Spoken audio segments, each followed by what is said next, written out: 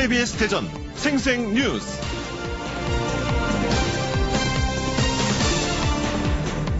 여러분 안녕하십니까? 11월 22일 금요일 KBS 대전 생생뉴스 방석준입니다. 한일 군사정보보호협정, 즉 지소미아 종료 시점이 오늘 자정으로 다가왔습니다. 지금까지도 한일 양국은 서로의 입장을 고수하고 있으며 미국은 종료 반대 입장을 견지하고 있습니다. 이를 두고 오늘 하루 한미일 3국은 분주히 움직일 것입니다. 지금까지는 마주보고 달리는 기관차 같은 형국입니다. 지소미아 종료 이후 동북아 정세가 어떻게 될지 매우 불투명합니다. 우리 외교는 가장 가까운 나라들과 갈등 국면에 있습니다. 정부의 외교력이 발휘돼야 합니다. 그래서 일본의 태도 변화를 이끌어야 합니다. 동북아의 평화를 위한다는 생각으로 일본 지도자들이 생각을 바꿔야 합니다. 솔로몬의 지혜 같은 해법이 나와 오늘 모두가 웃게 되기를 바랍니다. 소설인 오늘 서설 같은 반가운 소식이 들리길 기다립니다. KBS 대전 생생뉴스, 먼저 이 시각 헤드라인 뉴스입니다. 최근 이틀 새 대전과 광주에서 무단횡단을 하던 시민 3명이 차에 치여 숨졌습니다. 이전에는 보행자가 무단횡단을 했더라도 사고 시 운전자에게 더 큰 책임을 물었지만 최근에는 운전자들이 무죄를 선고받는 사례가 잇따르고 있습니다. 대전시가 시장 공약 사업으로 추진 중인 둔산 센트럴파크 조성 사업을 놓고 반대 목소리가 비등해지고 있습니다. 사업이 서구에 집중되다 보니 원도심 활성화, 동서 불균형 해소에 역행하고 있다는 비판입니다. 수익금을 고의로 누락하거나 부도덕한 경영을 하는 시내버스 업체에 대해 지자체 보조금을 중단하는 조례안이 대전시의회 상임위원회를 통과했습니다. 철도노조 총파업에 따라 철도 운전과 열차 승무 등의 대체 인력으로 군병력 395명이 투입된 가운데 철도노조가 국토교통부 장관과 국방부 장관을 직권 남용 혐의로 서울중앙지검에 고발했습니다. 정부가 병역 대체복무 제도를 손질하며 이공계 학생들을 대상으로 한 전문 연구요원 수를 줄이기로 했습니다. 당초 계획보다 감축 규모가 줄어 최악의 상황은 피했지만 이공계의 사기를 꺾는 조치라는 반발이 나옵니다. 한국마사회는 최근 대전시의 막권장애발매소 폐쇄 계획을 제출했으며 이 계획에 따라 월평동 막권장애발매소는 다른 지역 이전과 상관없이 늦어도 2021년 1분기까지 폐쇄됩니다. 대전역 뒷길은 성매매업소가 다수 몰려있어 성장발전에서 소외돼 왔습니다. 최근 들어 도시 재생으로 변화를 꾀하려는 움직임이 꿈틀거리고 있습니다. 이 시각 헤드라인 뉴스였습니다.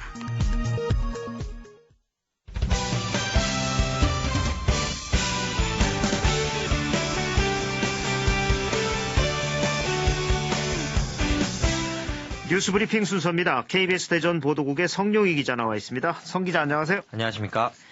대전시가 그 시장 공약 사업으로 둔산 센트럴파크 조성을 추진하고 있죠. 네. 그런데 이 원도심 활성화 또 동서 불균형 해소에 역행하고 있다. 이런 비판이 나오고 있다고요? 네, 둔산 센트럴파크 사업은 대전 한밭순복원에서 보라매 공원까지 그리고 유등천에서 갈마공원까지 도로로 단절된 도심공원을 하나로 연결해서 이 십자 형태로 조성하는 사업인데요. 네. 대전시는 최근 기본계획 용역 2차 중간보고회까지 끝내고 사업 추진에 속도를 내고 있습니다. 단순 공원 기능뿐만 아니라 대전의 대표 명소로 만들겠다는 건데요. 하지만 이미 도심공원이 서구에 몰려 있는데 이런 대규모 녹지를 또 서구에 조성한다는 점에서 논란이 일고 있습니다. 예. 이 실제로 도심 공원 수에서 서구와 원도심이 큰 차이가 있나요? 네, 그렇습니다. 이 근린공원과 어린이공원 등 도심 공원을 보면 서구는 130곳이나 되는 반면에 원도심인 동구는 77곳, 중구는 47곳에 불과합니다. 이렇게 불균형이 심한 상황인데 둔산 센트럴파크 조성에 막대한 예산이 투입되는 것도 반대 여론을 키우고 있는데요. 둔산 센트럴파크는 인프라 구축에만 380억 원, 전체 사업비는 2천억 원에 달합니다. 게다가 내년 7월부터 시행되는 도시공원 일몰제로 서구에 수천억 원의 예산이 더 들 것으로 예상돼서 질타의 목소리가 더 커질 전망입니다. 예.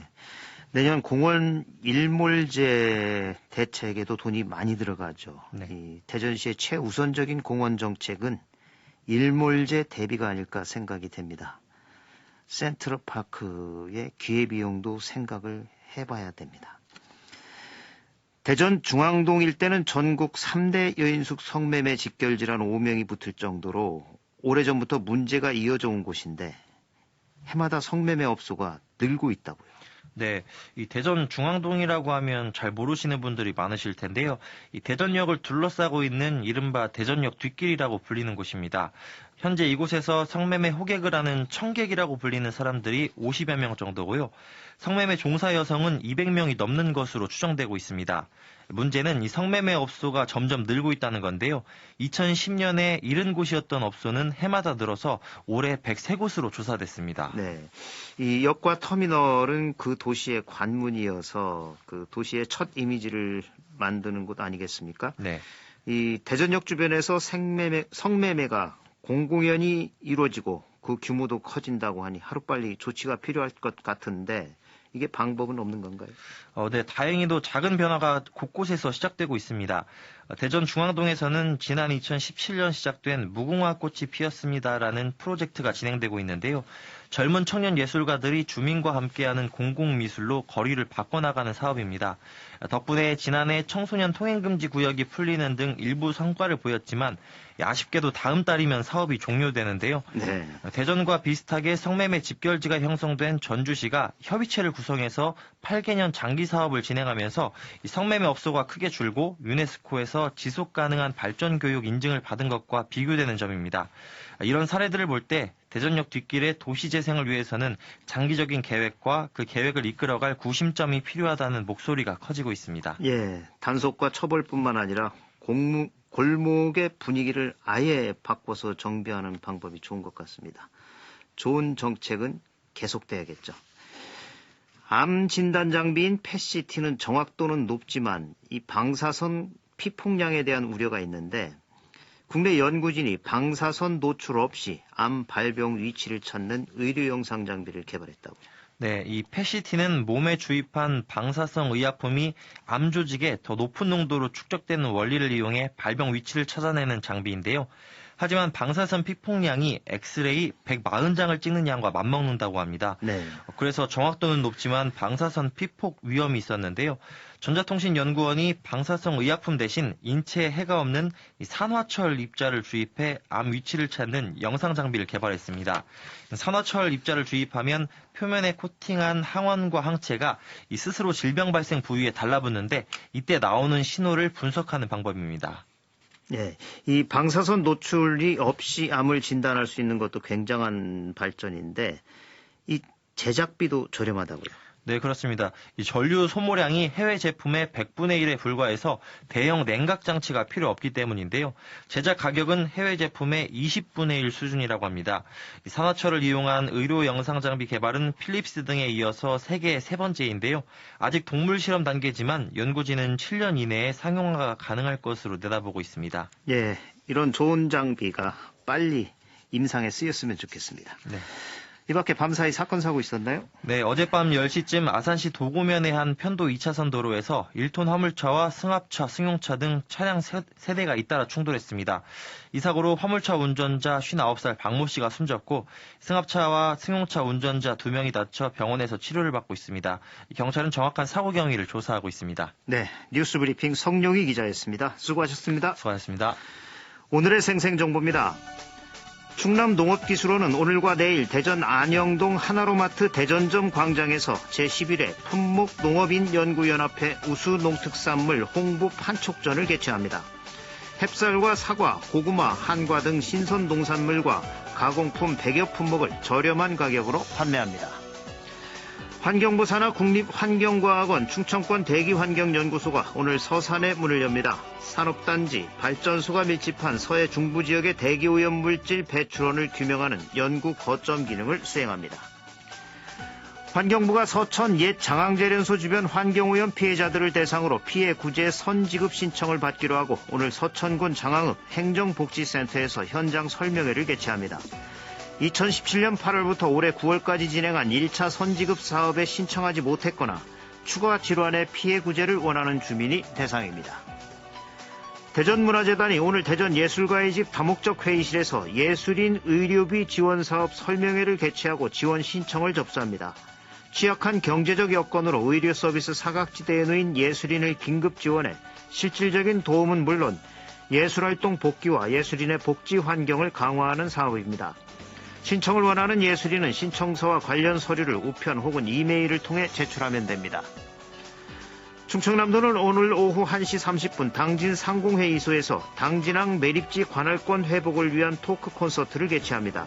관할권 회복의 당위성을 알려 도민의 공감을 이끌어내고 향후 대응 방향을 모색하기 위한 자리입니다.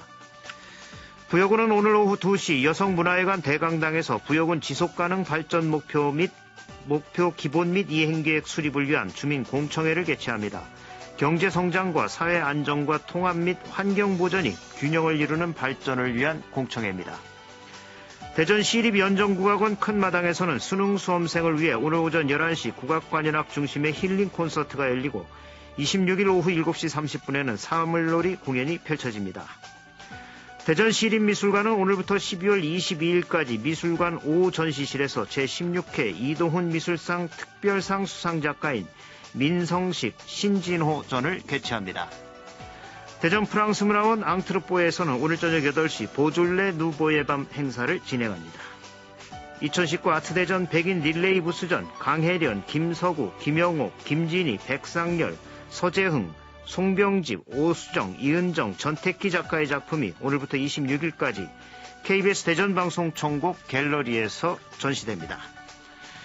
날씨입니다. 절기상 소설인 오늘 대전과 세종, 충남 지역은 대체로 맑은 날씨를 보이겠습니다. 오늘 낮 최고 기온은 대전과 세종 18도, 서산 17도, 당진 16도 등 16도에서 19도로 어제보다 6도가량 올라 비교적 포근하겠습니다. 주말인 내일은 맑다가 밤부터 구름이 많아지겠고 아침 최저 기온은 1도에서 8도, 낮 최고 기온은 17도에서 19도로 오늘과 비슷하겠습니다. 지금까지 생생정보였습니다.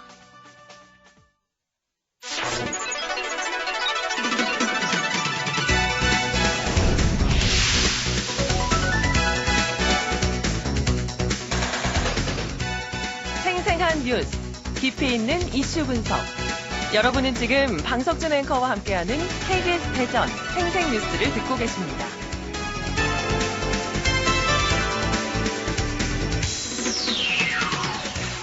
일본으로 건너간 백제 여인 직녀의 삶을 재조명한 특별한 가야금 공연이 관객들을 찾아옵니다.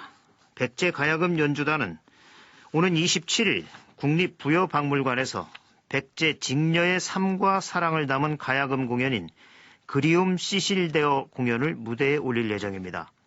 오늘 생생 인터뷰에서는 백제 직녀의 삶과 사랑을 담은 가야금 공연과 관련해서 백제 가야금 연주단 이수희 단장과 말씀 나눠보겠습니다. 이수희 단장님 안녕하십니까? 네, 안녕하세요. 예, 공연 앞두고 바쁘시죠? 네, 좀 바쁘게 좀 움직이고 있습니다. 네. 이 백제 가야금 연주단이 백제의 역사적 인물을 다룬 의미 있는 가야금 공연을 준비하고 있는데, 먼저 이 백제 가야금 연주단, 어떤 단체인지 소개를 좀 해주실까요?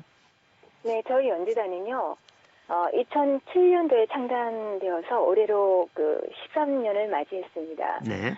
20여 명의 가야금 연주단원과 10여 명의 스태프들로 구성된 가야금 오케스트라 형식인데요. 네. 저희 연주단은 대중들에게 더욱 가까이 가고자 현대인의 감성에 맞는 창작 가야금 연주곡을 주로 많이 연주하고 있습니다. 네. 그동안 저희가 G20 세계 관광장관회의 초청 공연, 그다음 이탈리아 베니스 비엔날레, 파리 유네스코 본부 초청 등 해외에서의 공연도 많이 하고 돌아왔는데요. 네. 특히 한국 러시아 문화예술 교류 축제에서는 러시아 음악 거장들과 공연을 성공적으로 마치고 돌아왔었습니다. 지금도 현대인의 감성을 더욱더 세밀하게 저희가 좀 접근해서 대중들하고 같이 많이 소통할 수 있는 그런 음악을 창작하고자 많이 지금도 노력하고 있는 그런 단체입니다. 네. 이 민간 연주단이죠? 네네. 네, 꾸려가시려면 굉장히 어려우시겠습니다. 단원들이 많이 힘들죠, 저보다. 네. 예, 이 백제 가야금 연주단 말씀하셨듯이 한국의 전통 예술의 대중화 또 현대화 그리고 여러 해외 공연을 통해서 세계화를 위해서 열심히 하고 계신데 또 이 정규 앨범도 내고 계시죠? 다양한 네. 공연도 하고 계시고 활동 좀 네네. 설명을 해주시죠. 네네, 저희가 세 개의 앨범 발매를 했습니다. 네, 네. 3집 앨범까지 지금 발매가 돼 있는 상태인데요. 그 앨범 속에 있는 연주곡들이 여러분들이 많이 사랑을 해주셨어요.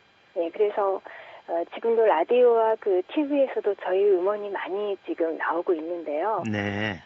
그런 사랑에 힘입어 저희가 창작 공연을 많이 준비했습니다.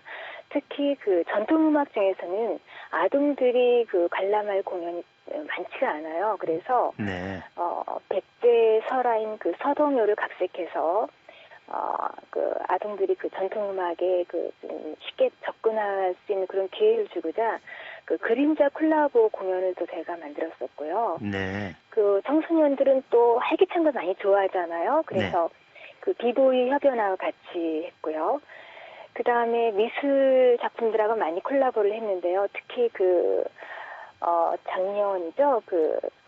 예술의 전당에서 세계 현대 미술의 거장 마크 로스코 전 공연 등에서 저희가 콜라보를 했었습니다. 그래서 네.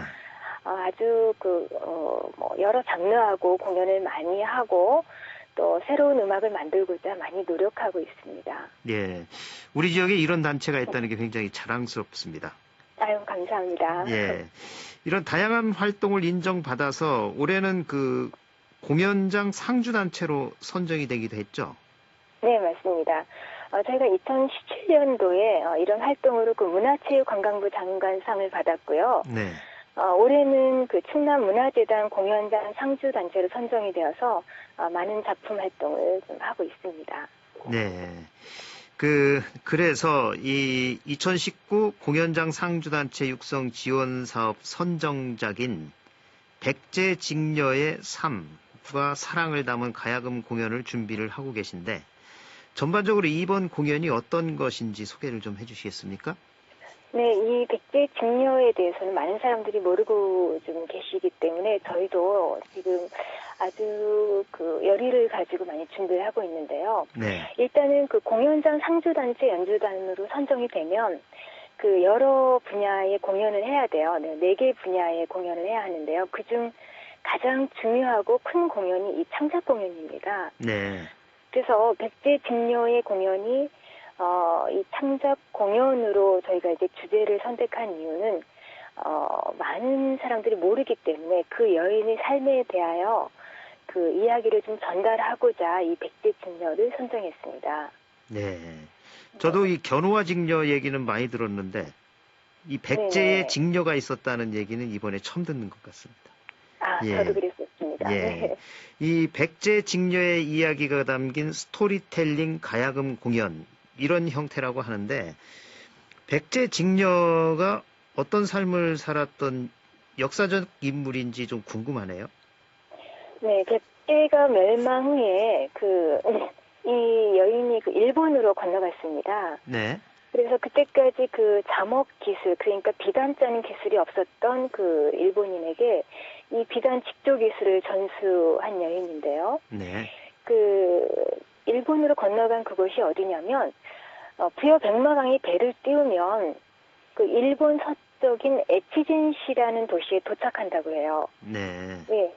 이것을 실제로 증명하기 위해서 이제 반대로 일본 에치젠시 바닷가에서 황새를 날려보냈는데 네. 이 부여 백마강에서 황새가 보였다고 합니다. 네. 그만큼 이 도시하고 이 백제하고는 아주 밀접하게 연관이 되어 있는데요. 일본으로 건너간 이 백제 여인은 비단 짜는 기술로 지역민에게 부유한 그런 삶을 제공했죠. 그러니까 그 지역민에게 칭송과 존경을 많이 받았습니다. 예. 그래서 그때부터 일본인에게 일본어로 그러니까 오리히메죠.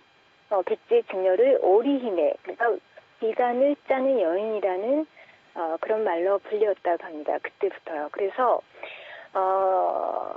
백제 직녀는 그때부터 아주 부와 명예를 많이 받고 살았는데 그럼에도 불구하고 백제 직녀는 서쪽 하늘을 바라보며 날마다 눈물을 흘렸다고 합니다. 네. 서쪽 고향 백제가 굉장히 많이 그리웠겠죠. 그래서 세월이 흘러 이제 그렇게 살다가 그가 날마다 물레를 돌렸던 바위에서 숨을 거뒀다고 합니다. 일본 고문에도 기록될 만큼 직녀는 백제의 중요한 여인이었습니다.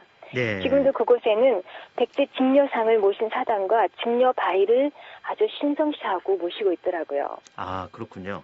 네네. 이 백제가 일본에 불교하고 천자문만 넘겨준 게 아니라 비단 짜는 기술까지 넘겨준 거군요.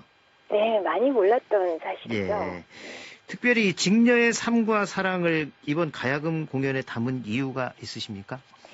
네, 저희가 10여 년 전에 이 HGNC 방송국에서 초청이 되어 공연한 적이 있었어요. 예. 네, 그때는 저희는 이러한 내용을 잘 몰랐었는데, 그분들이 사진 한 장을 보여주시더라고요. 자기들이 모시는 백제 여인인데, 네. 이 의상과 같이 똑같이 입고 그 여인의 사당에서 공연을 해줄 수 있냐. 그래서 백제 여인이니까 K 승낙을 했지요. 근데 그때 그 공연이 성공적으로 일본에서 끝났고, 네. 작년에 저희를 다시 한 번 더 초청을 했었습니다. 그런데 그때 그 백제 직녀의 후손들이라 하면서 저희들을 기다리면서 2주 동안 배틀로 짠 천을 선물해 주셨습니다. 네. 그걸 받는 순간 이상하게 가슴이 확 찡해 오더라고요. 그래서 뭐라 표현할 수 없는 감동이 왔었는데, 그때 이 백제 직녀를 우리 가야금으로 다시 환생시켜야겠구나라는 그런 결심을 하게 되었어요. 네. 예, 그때 배웠던 그 백제 후손 어르신 중 가장 연세가 있으신 할아버지를 이번 공연에 저희가 모시기로 했는데요. 몸이 안 좋으셔서 참석 못 하시겠다고 어제 연락이 왔습니다. 예. 그러나 이번 공연이 꼭 성공해서 백제 선조이신 백제 직녀가 널리 알려져서 백제 문화의 힘을 전해달라는 당부도 잊지 않으셨습니다. 참 아쉽게 되었어요. 네. 네. 그리고 이번 공연에는 비보이 공연도 있고 또 가수 송가인 씨, 또 가야금 연주자 이문희 씨의 특별 출연도 있다고요. 네, 저희가 이날 2회 공연을 하는데요. 예. 네, 일부 공연은 얼마 전에 수능이 막 끝났잖아요. 네. 네, 그래서 이 본 공연이 끝난 다음에 그 수험생들을 위해서 특별 출연으로 비보이를 섭외했고요. 네. 그다음 2부 저녁 공연에서는 이제 지역민들이 많이 오시니까 요즘 많이 좋아하시는 가수 송가인 씨와 무형문화재 8호 강태옥류 가야금 중인간문화재 이문희 교수님을 특별히 초청하였습니다. 네. 예, 이번 공연으로 관객들이 가야금이라는 전통 악기와 우리의 전통 음악을 더욱 친숙하게 느낄 수 있는 계기가 됐으면 하는 바람입니다. 단장님, 현재 어떤 마음으로 이번 공연 준비하고 계신가요? 네, 백제 역사 속에 나와 있는 인물들 중에 여인에 관한 그 자료는 그리 많지 않더라고요. 네.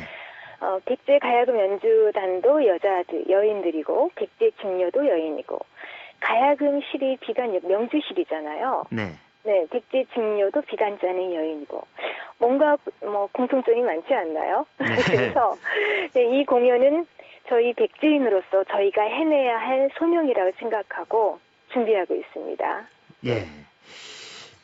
이번 공연 준비하면서 어려운 점은 없었나요? 일단은 연주곡만 하는 것이 아니고, 이 백제 직녀의 스토리를 전달해야 하잖아요. 네. 그래서 많은 스텝 회의를 많이 했습니다. 이 이야기를 음악으로 전달을 어떻게 하나 한계가 있더라고요. 그래서 그 이야기를 샌드 아트와 콜라보해서 그 내용을 잔잔하게 펼쳐나가는데요. 한번 해보니까 정말 아주 적합한 그 선택이었다, 이런 생각이 들어서 저희도 기대를 많이 하고 있습니다. 예, 샌드 아트도 같이 하는군요. 네네. 예.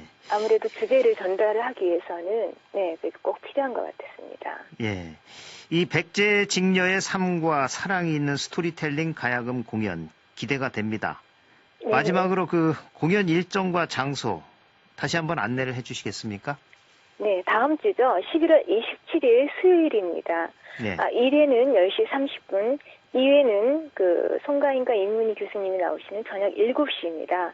네. 장소는 국립부여박물관 사비마루 대공연장이고요. 네. 전속 무료에다가 티켓 예매는 박물관 홈페이지 누리집에서 하고 있습니다. 티켓을 예매를 해야 됩니까? 무료지만? 네, 네네. 예. 이 공연이 뭐 다른 도시나 이쪽으로 또 가서 공연할 계획은 아직은 없나요? 어떻습니까? 일단은 이제 작품에 이제 여러분들이 보시고 어떤 이제 결과가 나오면 네, 다른 지역 공연은 그때 이제 좀 계획을 세워보려고 합니다. 많은 분들이 좀 보셔서 백제에 이런 여인이 있었다는 거, 우리가 꼭 잊지 말아야 할 여인이라는 걸 좀 가슴에 좀 새기고 저희 공연을 보고 돌아가셨으면 하는 제 바람입니다. 예, 공연 성공하길 바랍니다. 네, 오늘 감사합니다. 말씀 여기까지 듣겠습니다. 고맙습니다. 네, 감사합니다. 지금까지 백제 직녀의 삶과 사랑을 담은 가야금 공연과 관련해 백제 가야금 연주단 이수희 단장과 말씀 나눴습니다.